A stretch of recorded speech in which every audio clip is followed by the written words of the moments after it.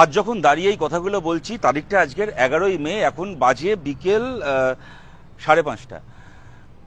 দেখুন, সবার আগে আমি একটা অনুরোধ করব, যে আমি কোনোদিন এর আগে কখনো এইভাবে করিনি। তা হচ্ছে, যারা এই ভিডিওটা এখন দেখছেন বা কথাগুলো শুনছেন, তারা দয়া করে শেষ অবধি শুনুন।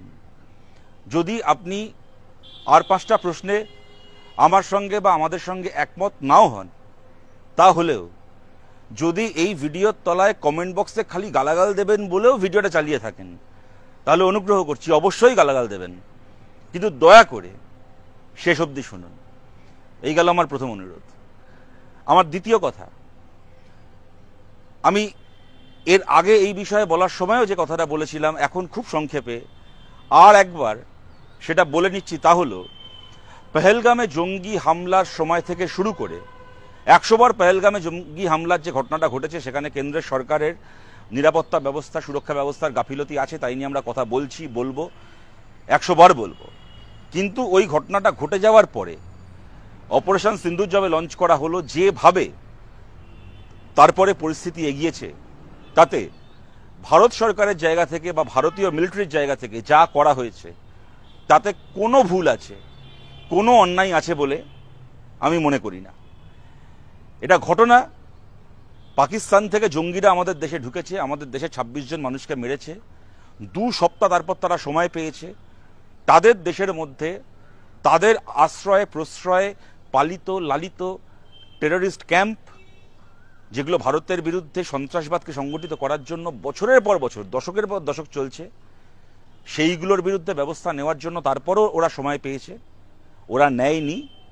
একটা সময় গিয়ে ভারতকে সন্ত্রাস ঘাঁটির বিরুদ্ধে এই সামরিক ব্যবস্থা নিতে হয়েছে, এর মধ্যে কোনো ভুল নেই, কোনো অন্যায় নেই। পরবর্তীকালে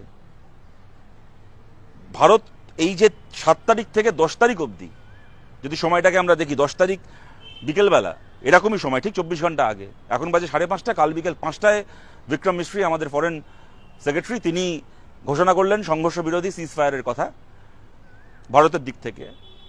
তার আগে পর্যন্ত 7 থেকে 10 তারিখ এর মধ্যে মিডিয়া কি বলেছে, বিজেপির কিছু সমর্থক তারা নিজের প্রোফাইল থেকে হোক, ফেক প্রোফাইল থেকে হোক, উৎসাহে হোক, অতি উৎসাহে হোক, কি বলেছে না বলেছে আমি তার মধ্যে যাচ্ছি না। কিন্তু ভারত সরকারের পক্ষ থেকে, বিশেষ করে ভারতীয় সেনাবাহিনীর পক্ষ থেকে, ভারতের যে আর্মড ফোর্সেসের পক্ষ থেকে 7, 8, 9, 10 এই 4 দিন যেভাবে, যে ডিগনিটির সঙ্গে এই পুরো বিষয়টা সম্পর্কে দেশের মানুষের কাছে এবং পৃথিবীর মানুষের কাছে আমাদের দেশের বক্তব্য রাখা হয়েছে, তাকে অতি বড় সমালোচকও মানতে বাধ্য যে ভারতের এই অ্যাপ্রোচের মধ্যে একটা ডিগনিটি ছিল, তা আমাদের গর্বিত করেছে। ভারত যে একটা যুদ্ধবাজ দেশ নয়, ভারত যে একটা সামরিক শক্তির আস্ফালন করা একটা দেশ নয়, তা আমরা আজকে গর্ব করে বলতে পারি। তার জন্য যাবতীয় কৃতিত্ব প্রাপ্য ভামিকা সিং এবং কর্নেল কুরেশির মতো যে 2 জন আমাদের বীর সেনানী, তারা এই যেভাবে আমাদের দেশের বক্তব্যটাকে পৃথিবীর সামনে রেখেছেন, এবং বিক্রম মিশ্রি তার সঙ্গে 100 বার তার জন্য কৃতিত্ব প্রাপ্য। এই যে কথাগুলো বললাম, এটা একেবারে দায়িত্ব নিয়ে সজ্ঞানে আমাদের বক্তব্য, আমার মনের কথা বললাম।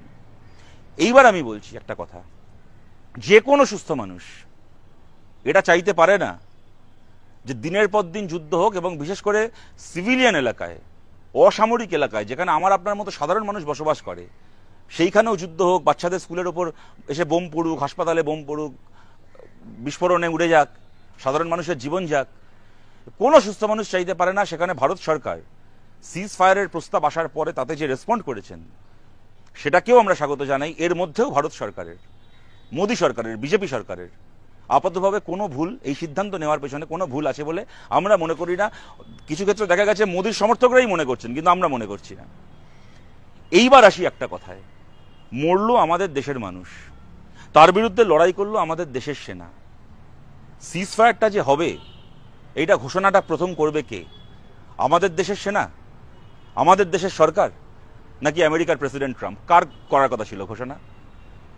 মনমোহন সিং এর সময় তো নরেন্দ্র মোদী কথা বলতেন এবং সঠিকভাবে বলতেন যে এর আগে আমেরিকাতে যাব কেন, পাকিস্তান হামলা করেছে পাকিস্তানে যাব, আমেরিকায় যেতে যাব কেন, সঠিক কথা বলেছিলেন গুজরাটের মুখ্যমন্ত্রী নরেন্দ্র মোদী।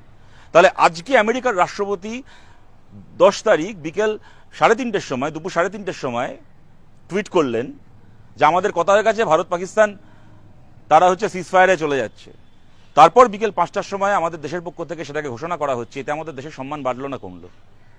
আমেরিকার রাষ্ট্রপতির এই হুকুম জারি করার পরে আমাদের দেশের সম্মান বাড়লো না কমলো?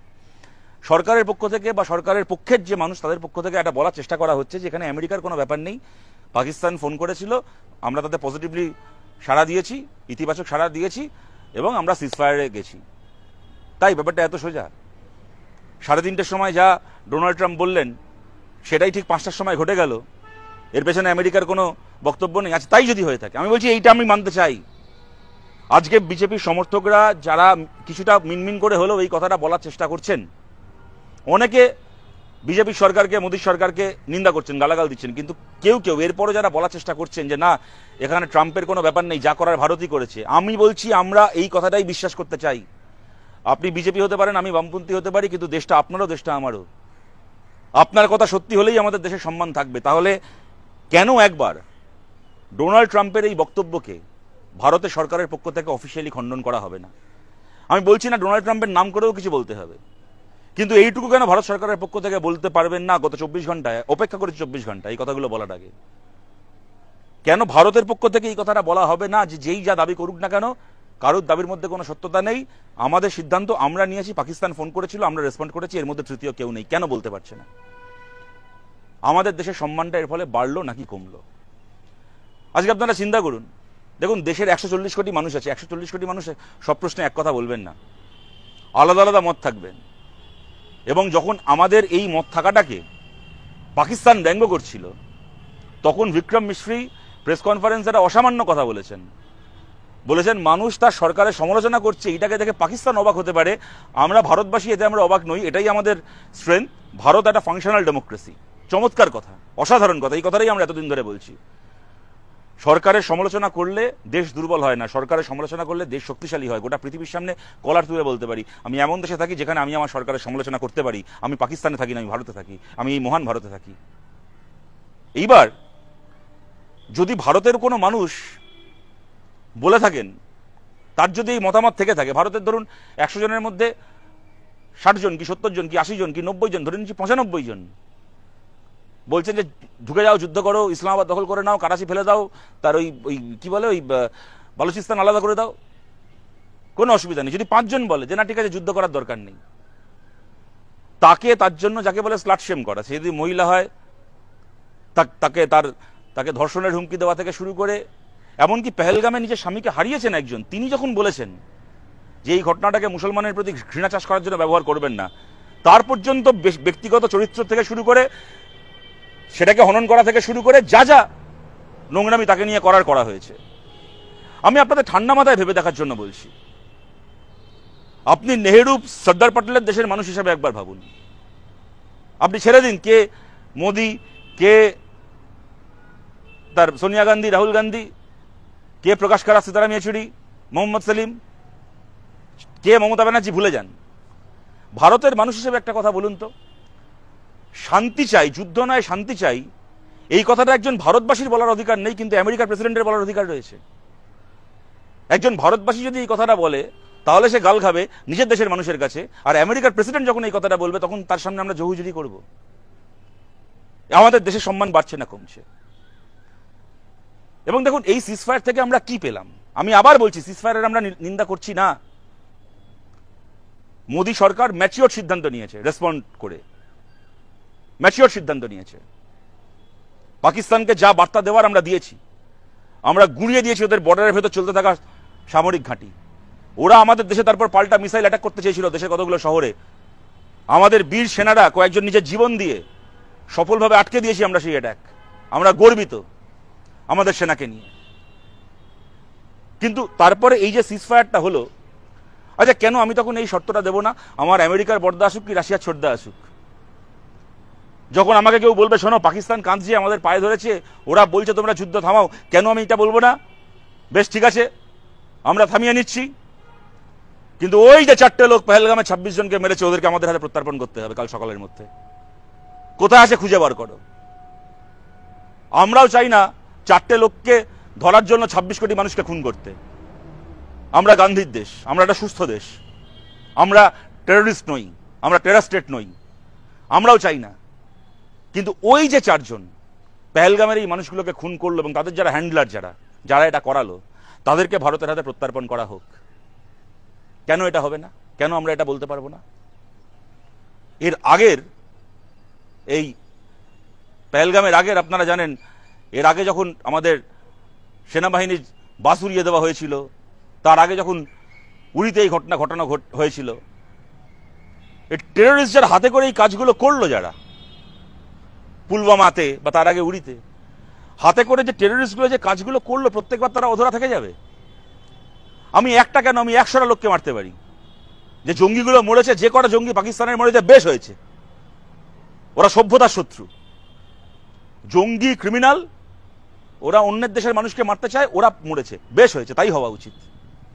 কিন্তু যে জঙ্গিগুলো হাতে করে পেহেলগামের এই ঘটনাটা ঘটালো, তাদেরকে কেন বাধ্য করা হবে না ভারতের কাছে তুলে দিতে? পাকিস্তানকে কেন বাধ্য করা হবে না? তুমি পাকিস্তানের হয়ে আমাকে ফোন করে বলতে পারো যে আর ঝামেলা করো না, পাকিস্তান বলছে ওরা শান্তি চায়, তোমরা মিটমাট করে নাও। তো পাল্টা আমি তাকে বলবো না ঠিক আছে আমরা করছি, কিন্তু তোমরা পাকিস্তানকে বলো এটা করতে। তাহলে কি আমি ডিপ্লোম্যাটিক্যালি এখানে সফল হলাম নাকি আমি ফেল করলাম? এটা আমার মিলিটারি সাকসেস যে পাকিস্তান মার খেয়ে যুদ্ধ থামাতে চাইছে, মিলিটারি সাকসেস। কিন্তু ডিপ্লোম্যাটিক সাকসেস কি না ডিপ্লোম্যাটিক ফেলিয়ার? আপনি চিন্তা করতে পারেন, একটা দেশ আমেরিকা যখন বলছে যে আমরা ভারত এবং পাকিস্তানের সাথে মধ্যস্থতা করেছি, ওদেরকে বলেছি যুদ্ধ থামাতে, তার 20 ঘন্টা আগে IMF থেকে এই অবস্থায় পাকিস্তানকে $1 বিলিয়ন তারা লোন দিয়েছে। যখন পাকিস্তান থেকে জঙ্গি এসে ভারতে মানুষ মারছে সেই সময়, এবং তারপরে ভারত যখন সেই জঙ্গি ঘাঁটি ধ্বংস করছে, তখন যারা পাল্টা ভারতের সিভিলিয়ান এলাকায় বোম মেরে পুঁছে 15 জন মানুষকে মেরে ফেললো, এতজন সাধারণ ভারতীয়কে মেরে ফেললো, সেই অবস্থায় ওই সংঘর্ষ চলাকালীন পাকিস্তানকে $1 বিলিয়ন লোন দিল। এই ডোনাল্ড ট্রাম্পের আমেরিকার উদ্যোগে দেওয়া হলো IMF থেকে, এবং IMF এ 26টা দেশ, একটা দেশ ভারতের পাশে দাঁড়িয়ে বললো না যে না, এই অবস্থায় পাকিস্তানকে দেওয়া যাবে না লোন, ওরা টেরর ফান্ডিং করছে। তাহলে আন্তর্জাতিক মঞ্চে আমার ডিপ্লোম্যাসি সফল নাকি আমি ব্যর্থ? আমার বিশ্বগুরু হওয়ার, বিশ্বগুরুর এই নিজেকে দেওয়া তকমা জাস্টিফাইড হচ্ছে, নাকি আমার নিজেকে দেওয়া তকমা আমার নিজের দিকে তাকিয়ে হাসছে? এবং দেখুন, সব শেষে আমি একটা কথা বলছি, এবং এর জন্য খালি বিজেপিকে দায়ী করছি না। দেখবেন 10 তারিখ এটা হওয়ার আগে 9 তারিখ পর্যন্ত একটা পোস্ট খুব দেখছিলাম, আমি ফেসবুকে দেখছিলাম, আমি জানি না আপনারাও দেখেছেন কিনা, আমার ধারণা দেখে থাকবেন। অনেকে লিখছিলেন যে সত্যি দেশে এতজন প্রধানমন্ত্রী এসছে, কিন্তু এই প্রথম একজন প্রধানমন্ত্রী পেলাম বীরের মতো, পাকিস্তানের ঘরে ঢুকে ওদেরকে উত্তর দিচ্ছে। 24 ঘন্টার মধ্যে পাল্টে গেল, এবং দেখলাম সেখানে বিরাট করে ইন্দিরা গান্ধী 71-এর যুদ্ধের সময়, সত্যি মিসেস গান্ধী, তার প্রতি আমাদের, শুনুন, ইন্দিরা গান্ধীর হাতে CPM এর যত লোক খুন হয়েছে অত লোক তো অন্য কারোর খুন হয়নি, বামপন্থীদের যত লোক খুন হয়েছে অত লোক তো অন্য কারোর খুন হয়নি। কিন্তু এটা ঘটনা যে ইন্দিরা গান্ধী বাংলাদেশ যুদ্ধের সময় যে মেরুদণ্ডের পরিচয় দিয়েছিলেন, যে আমেরিকাকে চোখের উপর বলে দেওয়া, চোখ রেখে বলে দেওয়া যে আমার দেশের তো আমাকে বুঝে নিতে দাও, তুমি কোথাকার হরিদাস, তোমার কথা, you are no one to interfere, তুমি কেউ নাও আমার মাঝখানে কথা বলার, এইটুকু মিসেস গান্ধী করেছিলেন, এই নিয়ে কোনো সন্দেহ নেই।